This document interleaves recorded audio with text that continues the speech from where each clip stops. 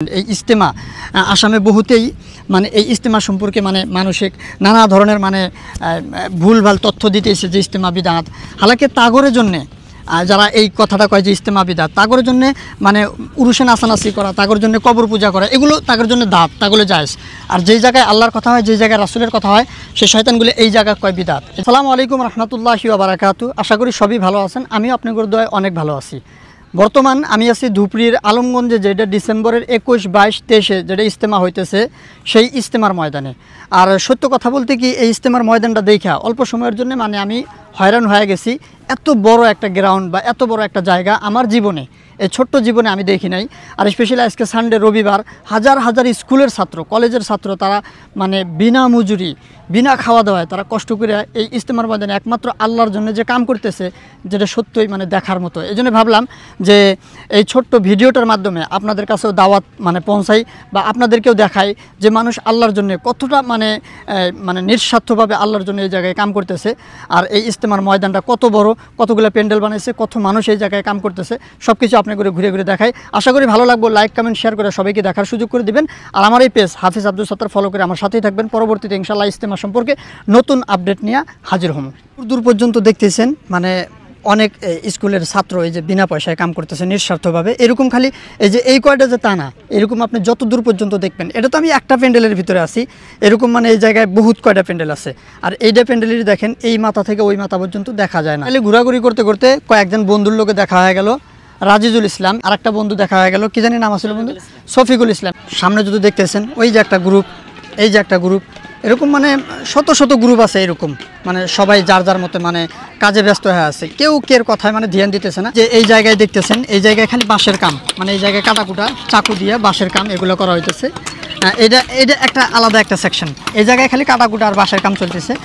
চলেন আরও অন্যদিকে দেখাই, অন্যদিকে আরও কী কাজ চলতেছে, ওই কাজগুলো এখন আপনাদের দেখাই।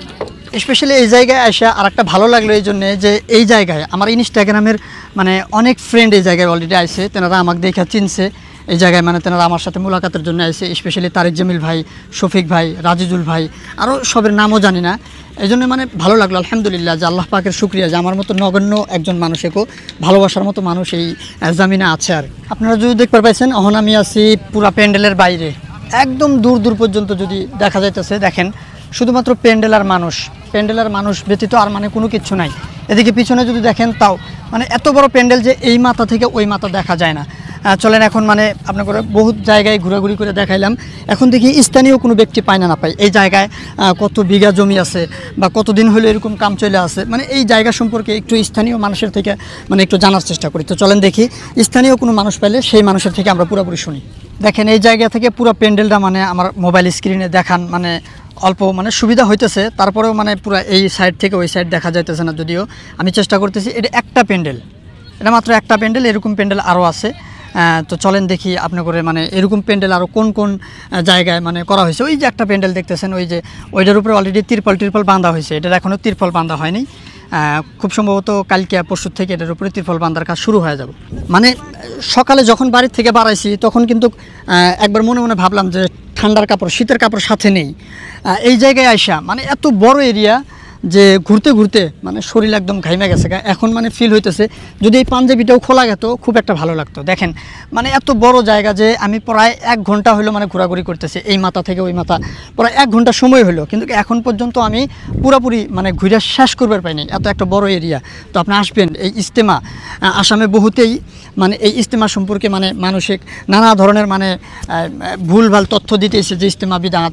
হালাকি তাগরের জন্যে যারা এই কথাটা কয় যে ইজতেমা বিদাত, তাগরের জন্য মানে উরুসে নাচানাচি করা, তাগরের জন্য কবর পূজা করা, এগুলো তাগরের জন্য দাঁত, তাগুলো জায়েজ।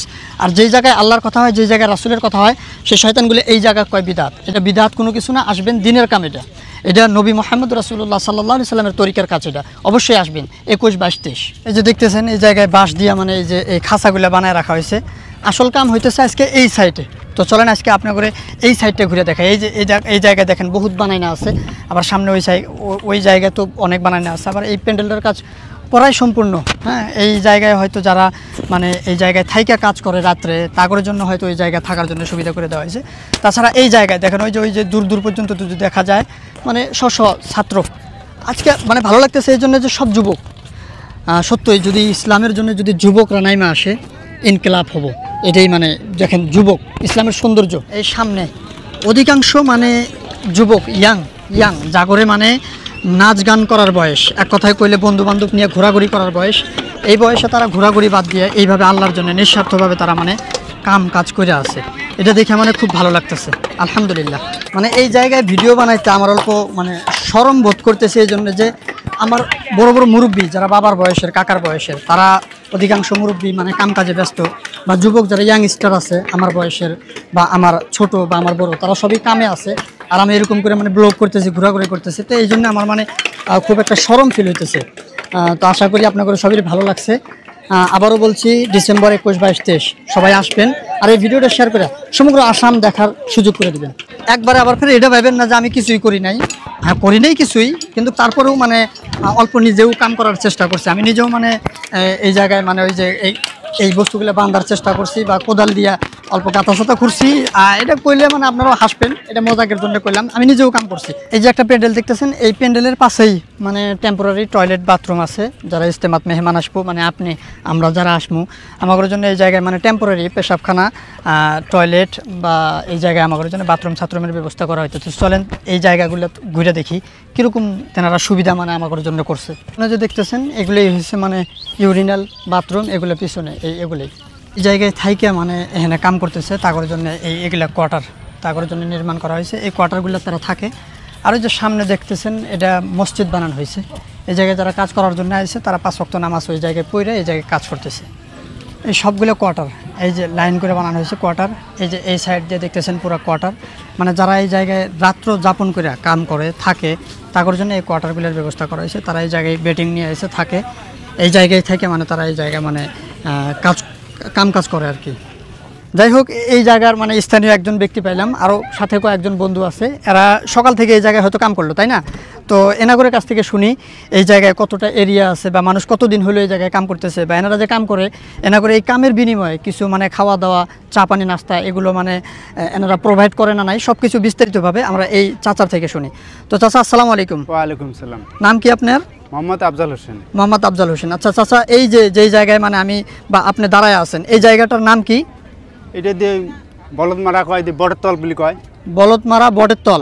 আচ্ছা, এই জায়গায় ডিসেম্বরের 21, 22, 23 তারিখে ইস্তেমা, তাই তো? এই যে তৈয়ারিগুলো হবে নাকি, এই যে বড় বড় প্যান্ডেল, বড় বড় প্যান্ডেল বা এত বড় মানে একটা মানুষের যে গ্যাদারিং বা ভিড় দেখবেন একসঙ্গ, সব তো ইস্তেমার জন্য, তাই না? আচ্ছা, এটি দেখবেন একসঙ্গ এই কোণার থেকে ওই কোণা দেখা যায় না, তো এটি আনুমানিক কত বিঘে মাটি আছে? মোটামুটি 2000 বিঘা মাটি হবে। আচ্ছা, 2000 বিঘা আনুমানিক, মানে মানুষের থেকে শুনছেন যে আনুমানিক 2000 বিঘা মাটি আছে। কত বিঘা মাটি আছে কাহা?